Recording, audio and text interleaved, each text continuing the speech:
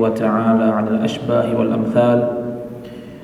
الحمد لله الذي أكرم عباده بفريض الصلاة وجعلها صلة بينه وبينهم، وأشهد أن لا إله إلا الله وحده لا شريك له، وأشهد أن نبينا ورسولنا محمدا عبده ورسوله وصفيه وخليله، خير من صلى وصام وقام، صلوات ربي وسلامه عليه وعلى آله وصحبه والتابعين ومن تبعهم بإحسان إلى يوم الدين. وبعد، إخوتي وأخواتي الأجلاء rahimani wa rahimakumullah jami'an. Kembali kita melanjutkan pembahasan kitab Sifatus Shalah yang ditulis oleh Fadlatul Syekh Muhammad bin Shalih Al-Utsaimin rahimahullahu ta'ala. Sebelum kita memasuki bab atau subbab yang sudah tertulis di flyer dan tersebar, sedikit kita membahas beberapa pembahasan penting terkait dengan salat, yaitu ini yang sudah kita bahas pada pertemuan sebelumnya, rajulun nama wa wada'ahu al-munabbih 'inda ra'sihi. Seseorang yang dia tidur dan meletakkan alarm atau menyalakan alarmnya sebelum dia tidur dan diletakkan dekat dengan posisi tidurnya. Walakin naumahu kana 'amiqan fanabbaha al-munabbih walakinnahu lam yantabih. Tapi tidurnya nyenyak banget, bahkan alarm pun gak kedengeran sama dia. Walam yastayqidh illa ba'da tulu'isy syams, dan dia tidaklah terbangun dari tidurnya kecuali setelah terbitnya matahari. Apa yang dia lakukan? Fasalla al-fajra ba'da tulu'isy syamsi fasalatuhu sahihah. Walaupun dia baru bangun tidur ketika matahari terbit atau setelah matahari terbit dan dia mengerjakan sholat, maka sholatnya ini sah. Lidalalati sunnatil qawliyyati wal fa'liyyati ala sihhatiha, karena memang ada petunjuk dari Nabi sallallahu alaihi wasallam tentang masalah ini. Sebelum ana melanjutkan, di sini perlu kita perhatikan bahwa orang yang tidur dan dia menyalakan alarm, maka di sini sudah ada usahanya. Jadi dia bukan ketiduran disengaja, sudah ada usahanya dia menyalakan alarm. Penting bagi kita, kalau memang kita belum terbiasa untuk bangun di waktu subuh tanpa alarm, maka nyalakan alarm. Ada sebagian kita kalau tidur itu dia nggak terbiasa bangun subuh, mau nggak mau harus ada yang bangunin atau dengan alarm. Maka ketika dia tahu bahwasanya dia itu tidak bisa atau susah bangun di waktu subuh kecuali dibangunkan atau ada alarm yang mengingatkannya, membangunkannya, kemudian dia sengaja tidak menyalakan alarmnya dan dia tidur baru bangun setelah matahari terbit. Apa yang dia kerjakan? Tetap dia sholat karena ketiduran, tapi di sisi lain dia berdosa. Kenapa anak katakan berdosa? Karena dia tahu kalau dia itu gak bisa bangun kecuali di waktu subuh, kecuali dibangunkan oleh orang lain atau oleh alarm tersebut. Makanya fattaqullaha mastata'tum, bertakwalah kepada Allah semampu kalian. Itu ada ikhtiarnya, ada usahanya dulu. Bukan hanya orang itu sudah tawakal kepada Allah, gak ada usahanya. Alasannya apa? Fattaqullaha mastata'tum, bertakwalah kepada Allah semampu kalian. Tanpa ada usaha itu percuma. Maka sekali lagi, kalau memang kita belum terbiasa bangun di waktu subuh tanpa orang lain atau tanpa alarm, maka pergunakan itu. Kalau memang tinggal di kosan atau asrama atau di kontrakan sendirian, pasang alarm. Nah, ketika dia sudah memasang alarm, dia seumpamanya capek, habis kerja atau ada kegiatan baru tidur jam 1 malam. Dia udah punya feeling nih, kalau jam 1 malam baru tidur bisa kesiangan bangunnya. Pakai alarm. Tapi ketika dipasangkan alarm, dia masih ketiduran, baru bangun jam 7 pagi, maka dia bangun langsung berwudu, langsung sholat subuh. Kenapa? Hadis Nabi Shallallahu Alaihi Wasallam, "Idza raqada ahadukum 'anis shalah aw ghafala 'anha falyusalliha idza dzakaraha." Barang siapa atau apabila salah seorang di antara kita itu tertidur di waktu sholat, artinya waktu sholat itu sudah bermula atau sedang berlangsung, tapi dia ketiduran dan baru bangun setelah waktu sholat itu habis, maka falyusalliha idza dzakaraha. Kalau dia baru ngeh, astagfirullah, udah jam 7 belum sholat subuh, maka langsung setelah dia bangun, dia wudu, dia sholat subuh. Lalu bagaimana kalau seumpamanya dia bangun jam 7 tapi dia nggak ngeh, dia nggak tahu, artinya udah bangun biasa karena dia terbiasa sholat subuh di awal waktu. Kemudian ketika dia bangun jam 7 ngerasa udah sholat subuh, pas jam 10 pagi baru sadar, enggak deh, kayaknya belum sholat subuh. Dia yakinkan betul belum sholat subuh, maka ketika dia ingat langsung dia wudu dan melaksanakan sholat subuh. Ini maksud hadis Nabi Sallallahu Alaihi Wasallam. Adapun hadis dalam bentuk perbuatan Nabi Sallallahu Alaihi Wasallam, dalam riwayat atau diriwayatkan oleh Abu Hurairah radhiyallahu taala anhu, Nabi Sallallahu Alaihi Wasallam itu pernah bersama para sahabatnya, bersama tentara, pulang dari perang Khaybar menuju Madinah. Sara lailahu hatta idza adrakahu al-kara arrasa wa qala li Bilal iqla'na al-lail. Sampailah Nabi SAW tiba di suatu tempat dan terasa mengantuk sekali. Akhirnya Nabi SAW bersama para sahabatnya berhenti dulu, berhenti di suatu tempat saking ngantuknya. Kemudian Nabi SAW memerintahkan kepada Bilal, iqla'nal lail. Bilal, kamu jaga malam ini. Kenapa? Supaya subuhnya gak terlambat.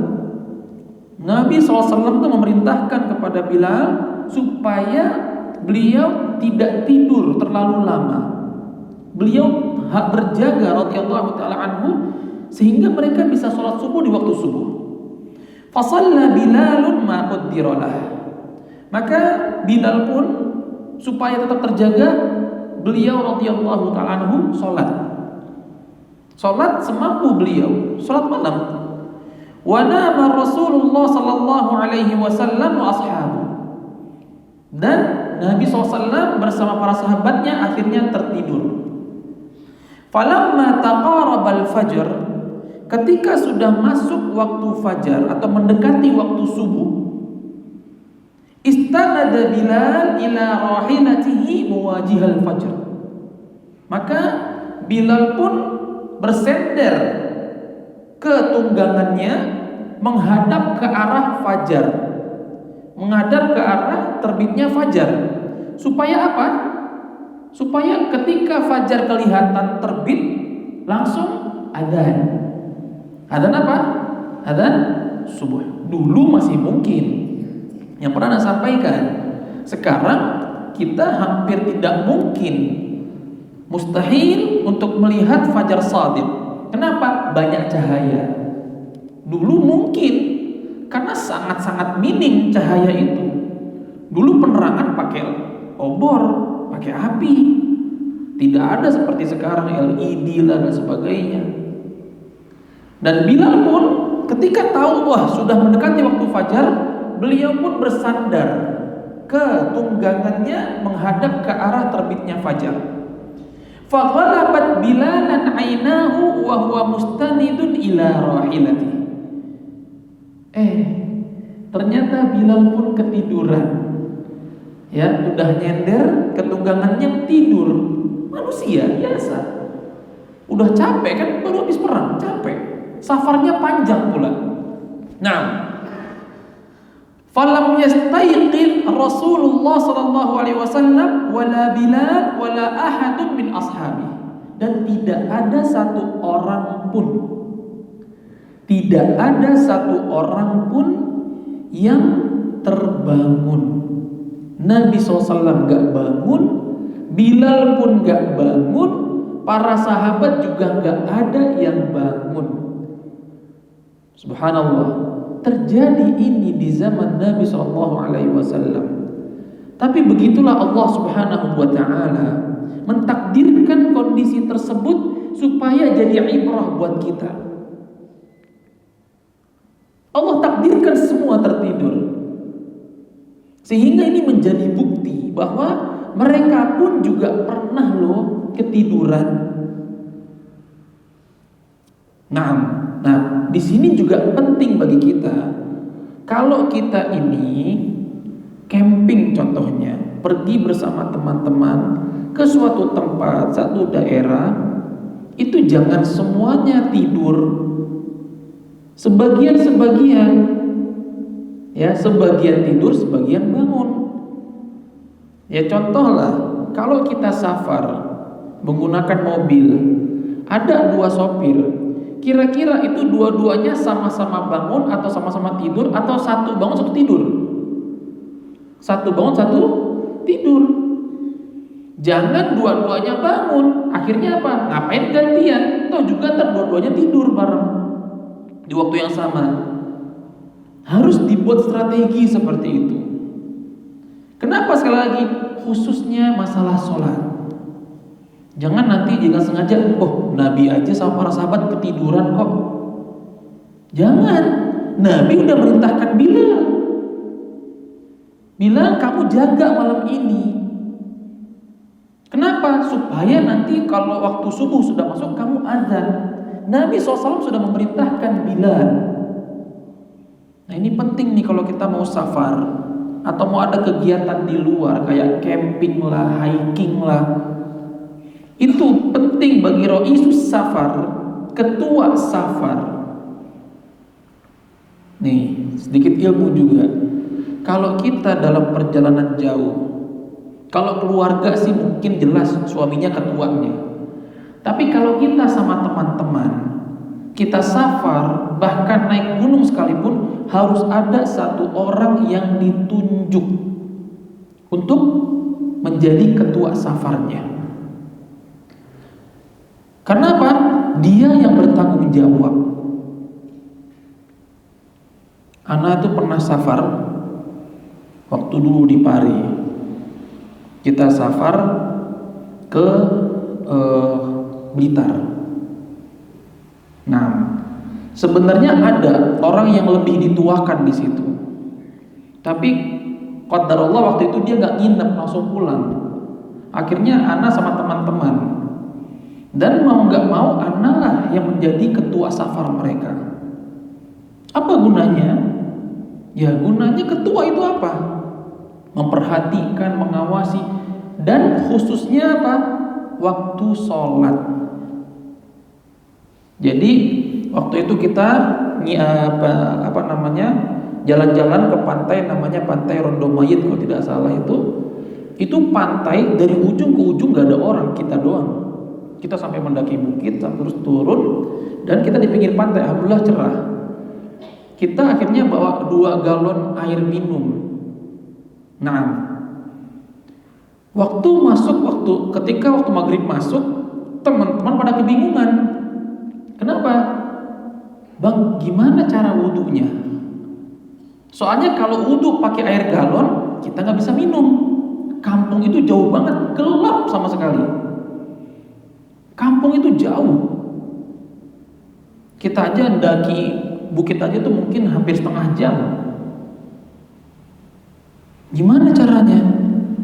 Nah, karena mereka ya mempercayai anak sampaikan wudu pakai air laut. Emang sahkah? Anak katakan sah. Tapi nggak perlu kumur-kumur. Kenapa? Karena yang wajib-wajibnya saja. Apa itu wajib-wajibnya? Wajah, kedua tangan sampai siku, kepala dan kaki. Sahkah itu? Iya. Baca Al-Maidah ayat 6. Walaupun ada ikhtilaf di antara para ulama, tapi sebagian ulama mensahkan itu. Ada yang mengatakan bahwa madmadah, istinsyaq, istinthar itu sunnah. Ada yang mengatakan kumur-kumur, masukkan air ke hidung, keluarkan, itu sunnah. Ada yang mengatakan itu wajib. Tapi kalau kondisinya pakai air laut gimana? Perih yang ada. Akhirnya apa? Ya sudah. Ketika sholat pun Anda bagi dua. Jangan semuanya sholat.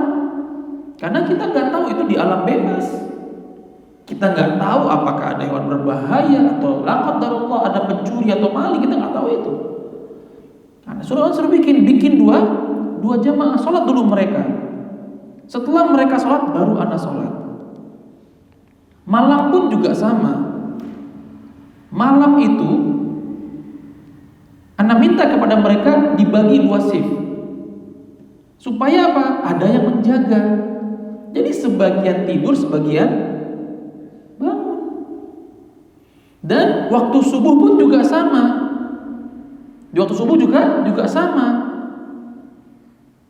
Alhamdulillahnya gak ada satupun yang terlambat sholatnya, gak ada. Kenapa? Kita bagi tugas.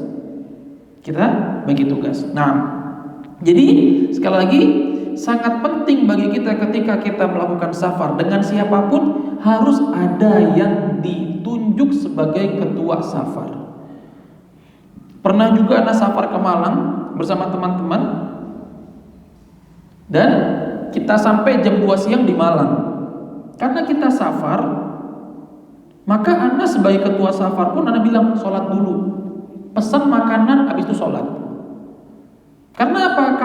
Karena kalau kita pesan makan, nunggu makannya dah lama. Kemudian mereka makan, kira-kira selesai makan, sholatnya malas apa kuat? Malas. Kenapa? Kekenyangan. Tapi karena kita alhamdulillah lagi dalam perjalanan, masih ada tenaga, pesan dulu baru sholat. Kan enak, selesai sholat makanan sudah datang. Itu pentingnya ketua safar. Nah, Nabi SAW itu memerintahkan Bilal. Nabi itu nggak diam begitu saja. Nabi memerintahkan kepada Bilal supaya berjaga. Artinya ada usahanya di sini supaya mereka tidak kesiangan bangun subuhnya. Tapi Allah takdirkan semuanya ketiduran. Bahkan apa? Sampai cahaya matahari itu kena ke mereka. Artinya sudah tinggi belum? Matahari itu sudah tinggi. Fakana Rasulullah sallallahu alaihi wasallam awwaluhum istiqadha. Dan Nabi SAW lah yang pertama kali bangun. Nih, Masya Allah ya. Itulah seorang pemimpin. Nah, Nabi SAW yang pertama kali bangun, fafazi'a Rasulullah SAW faqala ay Bilal. Nabi pun kaget. Kenapa? Udah matahari udah tinggi. Nabi kaget, kemudian manggil Bilal. Faqala Bilal akhadha bi nafsi alladhi akhadha bi abi anta wa ummi ya Rasulullah bi nafsik. Bilal langsung nyesel. Kenapa menyesal dia? Karena dialah yang diamanahi untuk berjaga-jaga supaya gak tidur. Ya supaya bisa sholat subuh. Bilal kaget dan ketakutan dia, menyesal dia. Tapi apa kata Rasulullah SAW? Iqtadu. Ayo bangun, kita jalan sedikit. Allahu a'lam, Anda belum tahu penjelasan ini. Kenapa Nabi SAW itu memerintahkan sahabatnya untuk jalan dulu, bukannya wudu habis itu sholat. Anda harus mencari dulu ini. Ya. Faqtadu rawahilahum mereka, Nabi SAW bersama Bilal para sahabatnya berjalan sedikit. Sedikitnya itu Allah alam berapa jaraknya. Tsumma tawadda'a Rasulullah sallallahu alaihi wasallam, kemudian Nabi SAW pun berwudu, wa amara Bilalan fa aqama as-shalah, kemudian Nabi SAW memerintahkan kepada Bilal untuk beriqamah, mendirikan salat, fa shalla bihimus subhu atau subha. Maka setelah Bilal iqamah, Nabi SAW bersama sahabat sudah selesai wudunya, mereka pun melaksanakan sholat subuh di waktu itu. Kapan? Setelah terbitnya matahari. Maka sah-sah saja ketika seseorang ketiduran dan baru terjaga di luar waktu sholat, kemudian dia langsung mengerjakan sholatnya tersebut. Soal, ada sebuah pertanyaan. Rajulun laqiyahu fis safar qatta'it thariq. Seseorang itu sedang safar, di tengah perjalanan dirampok. Na'udzubillah min dzalik. Fa akhadhu thiyabah. Maka diambillah baju-bajunya. Fa baqiya 'ariyan laisa 'alaihi thiyab. Semua hartanya diambil, semua pakaiannya dicuri, dirampok semuanya. Akhirnya apa? Dia telanjang. Tidak ada satu helai kain pun yang bisa menutupi dirinya. Lakin yumkinuhu ay yasila ila al-qaryati ba'da khurujil waqt. Fahal naqulu lahu intadhir hatta tasil al-qaryah wa tastatir bithawb aw naqul lahu shalli wa anta uryan. Kemudian masuk waktu salat. Dia telanjang nih. Salah satu syarat sahnya salat apa? Menutup aurat. Tapi dia kan dirampok dan dia dalam keadaan telanjang. Kalaupun dia ingin menutupi auratnya, bisa-bisa aja dia harus pergi ke satu daerah atau satu kampung terdekat. Tapi masalahnya, kalau dia pergi ke kampung tersebut, ternyata waktu sholat sudah selesai. Artinya apa? Artinya dia tidak sholat tepat pada waktunya. Seumpamanya dia na'udzubillah ya dicuri pakaiannya sebelum zuhur. Kemudian di waktu zuhur dia dalam keadaan telanjang. Dia baru bisa dapat baju nanti di waktu asar karena desa terdekat ditempuh sampai waktu asar. Pertanyaannya adalah dia sholat dalam keadaan telanjang atau dia tunggu dulu sampai ke kampung terdekat. Resikonya tadi, kalau dia pergi ke kampung terdekat berarti dia sudah keluar dari waktu sholat. Apa jawaban Syekh rahimahullahu ta'ala? Naqul salli wa anta uryan li'anna al-waqta akadu syurutis salah. Kalau begitu kondisinya, maka sholatlah dia tepat atau di dalam waktu sholat tersebut walaupun dalam keadaan telanjang. Nah, karena apa? Karena masuknya waktu sholat atau waktu sholat itu sendiri hukumnya lebih kuat dibandingkan dengan menutup aurat. Faham antum sampai di sini? Nah, jadi dalam menentukan satu hukum kita tidak boleh mengatakan A atau B secara langsung, tidak boleh. Harus diperhatikan dulu kondisinya. Ana tadi sore mendapatkan dalam satu grup, kan tadi hari Jumat ya, sekarang udah hari Sabtu ya, dan dia membagikan video, potongan video, ana lupa Syekh siapa hafizahullah ta'ala, tentang tidak bolehnya mengkhususkan sedekah di hari Jumat. Itu pernah bahas dulu kalau masih ingat, tapi ana ulangi lagi. Sekarang kan ada Jumat berkah, sudah ramai istilah itu ya, Jumat berkah. Artinya apa? Biasanya nih ibu-ibu paling semangat biasanya. Mereka mengumpulkan donasi, patungan, ada yang dalam bentuk uang atau makanan, yang itu dikumpulkan dan dibagikan kapan? Nanti setelah sholat Jumat. Macam-macam isinya, ada kue, ada makanan besar, ada snack sebagai macamnya. Nah, apakah kita katakan sedekah Jumat berkah itu bid'ah? Boleh kita bilang begitu? Tidak boleh. Tidak boleh kita asal menilai. Ketika video tadi dibagikan, apa yang syekhnya hafizahullah ta'ala sampaikan itu benar. Anda tidak menyangkal itu, Anda tidak mengingkari itu. Tapi yang Anda khawatirkan salah dalam memahami. Begini, Jumat berkah itu tidak boleh kita artikan hukumnya atau kita hukumi bid'ah secara langsung, tidak boleh. Apa alasannya? Loh, itu kan Jumat berkah, sedekah di hari Jumat. Ya nggak boleh lah. Nabi SAW nggak pernah mengajarkan itu. Oh iya. Nabi SAW nggak pernah menyampaikan itu. Oh iya. Anak tanya sama antum, kalau memang Jumat berkah itu nggak boleh, alasannya Nabi SAW itu tidak pernah menyampaikan itu, apa hukumnya kita kajian malam Sabtu? Adakah Nabi menyampaikan? Ada yang menyampaikan? Gak ada. Adakah kita mendapatkan dalil Nabi SAW kajian malam Sabtu? Ada? Gak ada. Terus bid'ah gak ini?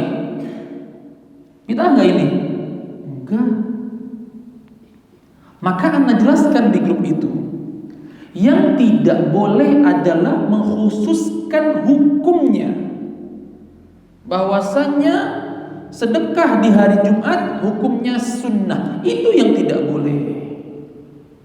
Atau dibuat-buatlah statement bahwa kalau sedekah di hari Jumat pahalanya besar. Ini yang tidak boleh. Ini yang jelas-jelas bid'ah. Kenapa? Pertama, dia mengkhususkan sedekah ibadah, bukan? Ibadah. Kalau sedekah itu ibadah, dikhususkan tanpa dalil, bid'ah nggak itu? Dibuat-buat nggak itu? Dibuat-buat. Itu kalau dikhususkan. Atau disebutkan bahwa kalau sedekah di hari Jumat pahalanya ini. Mana buktinya? Emang kita bisa nentuin itu? Contoh nih, kita kajian malam Sabtu. Anda bilang, barang siapa yang hadir kajian di Masjid Al-Emar malam Sabtu, maka dia akan masuk surga tanpa hisab. Boleh nggak Anda begitu? Nggak boleh. Anda siapa? Anda siapa? Anda manusia biasa. Anda bukan Nabi, Anda bukan Rasul. Anda nggak mendapatkan wahyu dari Allah Subhanahu Wa Taala. Makanya kalau ada yang mengatakan, barang siapa yang sedekah di hari Jumat pahalanya ini, tunjukkan mana dalilnya. Itu baru benar caranya. Walaupun ada yang mengatakan sama anak, ya Ustaz, ada masjid dekat rumah anak, itu sampai dijelaskan kalau sedekah Jumat itu pahalanya besar. Mana buktinya? Oh Ustaz loh, kan hari Jumat itu kan hari raya umat Islam, hari paling baik dalam waktu 1 minggu. Taib. Memang hari Jumat adalah hari terbaik. Tapi adakah Nabi SAW mengatakan kadar pahalanya? Coba kita bandingkan sama pahala di 10 hari pertama bulan Dzulhijjah. Ada enggak Nabi bilang, ya, barang siapa yang mengamalkan amalan di 10 pertama bulan Dzulhijjah Allah lipat gandakan? Ada enggak itu? Ada enggak? Ada. Kan Nabi yang mengajarkan. Makanya di waktu siang hari lebih baik kapan? Terbaiknya 10 pertama bulan Dzulhijjah. Malam harinya kapan? 10 terakhir bulan Ramadan. Itu ada dalilnya. Bulan haram contohnya, orang yang mengerjakan amalan-amalan itu akan Allah lipat gandakan. Ada nggak dalilnya? Ada dalilnya. Tapi kalau Jumat berkah, barang siapa yang memberikan makan orang di hari Jumat, maka pahalanya sekian. Itu tidak boleh. Pertama mengkhususkan hukumnya, kedua menentukan pahalanya. Padahal tidak ada itu. Tapi kalau kita beralasan bahwa saya bersedekah di hari Jumat karena di hari Jumat itulah orang banyak berkumpul. Anak tanya sama antum, masjid itu paling penuh hari apa sih? Hari Jumat. Kapan? Jumatan. Betul nggak? Kira-kira kalau kita menyiapkan makanan buat mereka, ya, kira-kira berpahala nggak kita? Berpahala dong. Kenapa? Loh, kita ngasih makanan kok ke mereka, kita sedekah kok ke mereka, momentumnya pas. Coba kalau ada ibu-ibu menyiapkan 100 nasi box jam segini, kira-kira habis apa tersisa? Sisa. Tapi kalau 100 box pas Jumatan, habis apa sisa? Kurang malah. Ya kan? Artinya apa? Momentum. Sama kayak kita kajian sekarang ini, momentumnya tepat. Atau hari Ahad pagi pas liburan, nah itu momentum tepat. Tapi kita tidak mengatakan bahwasanya kajian Ahad pagi sunnah. Ada yang bilang begitu? Enggak. Barang siapa ikut kajian Ahad pagi pahalanya ini, ada begitu? Enggak. Kalau kita tidak kajian malam ini, berdosakah kita? Ya berdosa. Karena kita tidak mengkhususkan waktunya itu. Maka sekali lagi, tidak boleh kita asal menilai. Itu Anda jelaskan tadi di grup. Anda jelaskan, biar tidak disalahpahami dan jangan asal menilai, oh ini bid'ah, ini dibuat-buat ajaran baru. Oh enggak seperti itu. Tidak boleh asal. Nah, baik. Kemudian masalah berikutnya, insanun laisa ma'ahu ma. Ini kadang terjadi, ya, ketika kita safar biasanya, ataupun mungkin di rumah. Jadi ada seorang pengen sholat tapi gak ada air. Lakinnahu ya'rif annahu sayudrikul ma'a ba'da khurujil waqt. Dia pengen sholat zuhur, kemudian air mati, sama sekali air habis. Ada air galon buat minum, itu pun cuma cukup minum sejam doang, selebihnya gak ada air. Tapi dia tahu air akan nyala kapan? Setelah waktu asar. Nah, fahal naqul, apakah kita bilang ke dia akhiris salah hatta yakhruja waqtuha au naqul tayammam? Apakah kita bilang ke dia sholatnya nanti aja, ba'da asar aja sholatnya? Kenapa? Karena air adanya ba'da asar. Atau kita bilang bertayamum aja. Nah, Bapak kata beliau tayammum, bertayamumlah walaupun air baru ada kapan? Ba'da asar. Tapi kita juga jangan bermudah-mudah. Alhamdulillahnya kan sekarang teknologi maju. Biasanya yang airnya air pump atau PDAM itu ada pengumuman biasanya. Karena kalau di sini kayaknya enggak, jarang ya, sumur ya atau mata air sini ya. Cuman kayak di kota-kota besar yang pakai air pump atau PDAM biasanya diumumkan kalau ada kendala bahwasanya air akan mati. Nah, kita kalau ada pengumuman begitu biasanya ngapain? Diabaikan atau kita nampung air? Hah? Nampung air. Jelas nampung air. Yang biasanya ember gak kepake semua ember. Pokoknya sak gayung-gayung, pokoknya apapun benda yang bisa nampung. Bahkan kalaupun hujan, ditampung tuh hujan. Itu ikhtiar. Tapi kalau seumpamanya nggak bisa, air sama sekali habis, dan dia akan dapat air kapan? Setelah waktunya keluar, maka di waktu tersebut dia wajib bertayamum. Nah, wa idza tayammam, apabila dia sudah bertayamum, ya, kemudian salat. Antum harus ingat, tayamum itu beda dengan wudu. Ya, jangan nanti antum tayamum kumur-kumur pakai pasir, jangan. Nggak ada itu. Atau antum tayamum ya sampai kaki, nggak ada itu. Nggak ada. Tayamum itu apa sih? Bagaimana caranya? Kita ya meletakkan tangan, mau di pasir ke, mau di tempat yang ada debunya, kemudian Wajah dan apa? Hah? Dan tangan. Apa dalilnya? Al-Maidah ayat 6. Wa in kuntum junuban fattahharu wa in kuntum mardu ala safarin falam tajidu ma'an fatayammamu sa'idan thayyiban famsahu biwujuhikum, ya, usaplah wajahmu wa dia. Nah, jadi cukup wajah dan tangan saja. Berapa kali? Sekali. Nah, ketika seorang gak dapat air, kemudian dia tayamum dan sholat, setelah assalamualaikum warahmatullah ada air keluar, dia ulangi sholatnya atau cukup sholat gak perlu diulangi lagi? Nah, gimana? Sebagian bilang ulangi sholatnya. Kenapa? Waktunya masih panjang, air udah ada, ya, maka dia harus mengulangi sholatnya dengan berwudu terlebih dahulu. Tayyib. Fas sunnahnya adalah dia tidak mengulangi sholatnya. Artinya cukuplah dia sholat dengan tayamumnya tadi. Kenapa?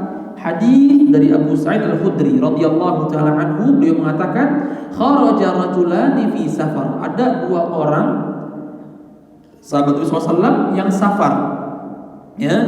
Ketika safarnya fahadarat humas shalah wa laisa ma'ahuma ma. Ketika sudah masuk waktu sholat, mereka safar nih, tapi mereka tidak mendapatkan air buat berwudu. Fatayammama sa'idan thayyiban fasallaya.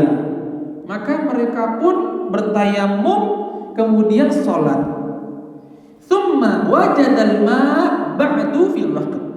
Setelah mereka selesai sholat, mereka melanjutkan perjalanan. Ada air. Kita azan dulu. Bismillah.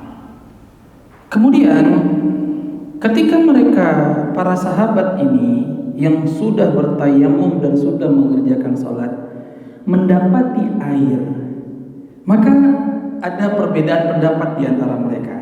Apa itu? Fa'ada ahaduhuma as-shalah biwudu wa lam yu'idil akhar. Salah seorang di antara mereka ada yang berwudu dan mengulangi sholatnya, yang satu lagi enggak. Yang satu lagi tetap dengan kondisi dia sudah melaksanakan sholat.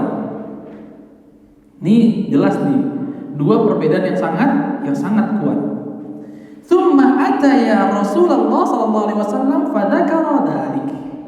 Maka sepulangnya mereka dari safar, mereka menemui Nabi sallallahu alaihi wasallam dan menceritakan apa yang telah terjadi di antara mereka. Mereka berselisih pendapat di sini. Faqala lilladzi lam yu'id. Perhatikan. Nabi sallallahu alaihi wasallam mengatakan kepada orang yang tidak mengulangi sholatnya. Artinya dia tetap dengan tayamumnya dan melaksanakan sholat, tidak mengulangi lagi setelah mendapatkan air. Apa Rasulullah? Asabtas sunnah. Kamu telah sesuai dengan sunnah. Wa ajza'atka sholatuka. Sholatmu sah. Walaupun dia mendapati air, tapi sholatnya sah dan itu sesuai dengan sunnah. Adapun bagi orang yang mengulangi wudunya dan mengulangi sholatnya, apa kata Rasulullah SAW? Lakal ajru marratain. Kamu mendapatkan dua pahala. Bagaimana Nabi SAW itu menenangkan kedua sahabatnya. Nah, artinya dua-duanya tidak salah, dua-duanya benar.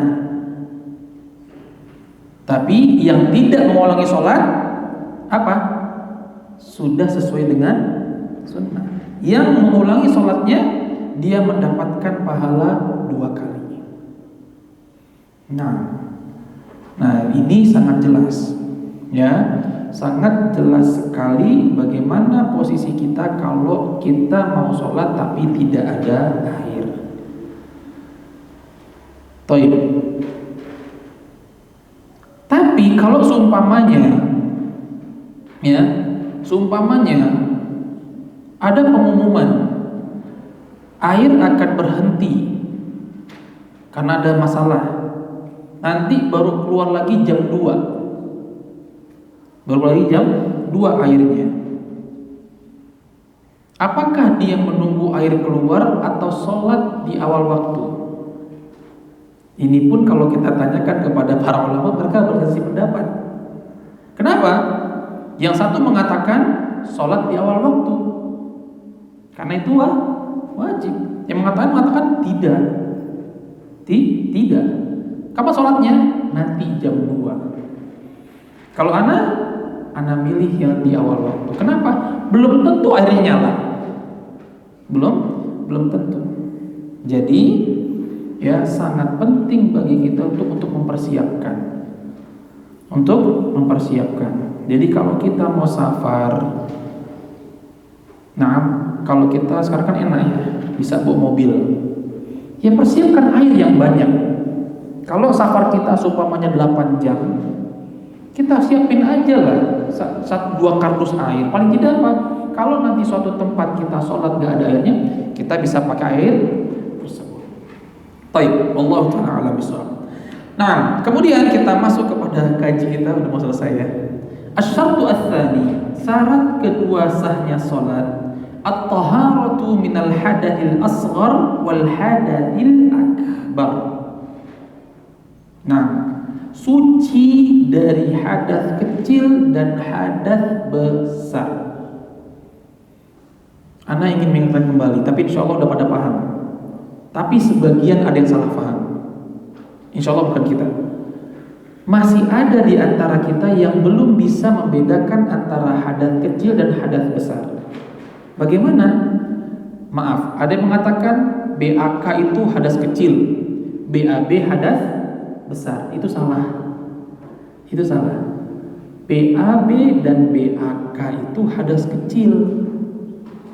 Adapun hadas besar itu junub atau setelah haid atau setelah nifas. Itu hadas besar. Bedanya hadas kecil itu cukup dibersihkan kemaluan. Adapun hadas besar dengan mandi. Ini tolong dibedakan. Nah, wal hadatsul asghar ma aujabal wudu. Hadas kecil itu yang diwajibkan wudu. Ya tadi dia bersuci, bersihkan dulu kemaluannya, kemudian dia berwudu. Adapun hadas besar itu yang diwajibkan apa? Mandi. Mandi. Baik.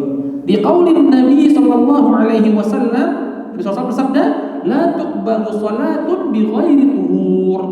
Tidak sah salat seseorang kalau dia tidak bersuci. Wala farqa bainan nafilati wal fardhah. Enggak ada bedanya. Mau salat wajibkah, salat sunnahkah, dua-duanya wajib untuk bersuci. Apa? Wudu. Kalau junub, kalau haid, kalau nifas, mandi. Wala farqa baina salatin laha ruku' wa sujud wa salatin laha laisa laha ruku' wala sujud mithal salatil janazah. Enggak ada bedanya juga. Mau itu salat yang ada ruku' sama sujudnya ataupun enggak ada keduanya seperti salat jenazah. Pokoknya semua salat itu wajib untuk bersuci. Hadas kecil bersucinya dengan berwudu, hadas besar bersuci dengan mandi. Pertanyaan ana, kalau mandi besar tetap harus wudu apa tidak? Gimana Ustaz? Harus wudu. Taib. Anak tanya sama antum, mandi besar sama wudu lebih berat mana hukumnya? Mandi besar. Artinya kalau orang sudah mandi besar, wudunya termasuk nggak? Termasuk, walaupun dia tidak dengan gerakan wudu. Ini perlu kita pahami. Makanya kalau ada orang ya dia mandi besar, dia basahkan semua badannya, pokoknya seluruhnya sampai kena.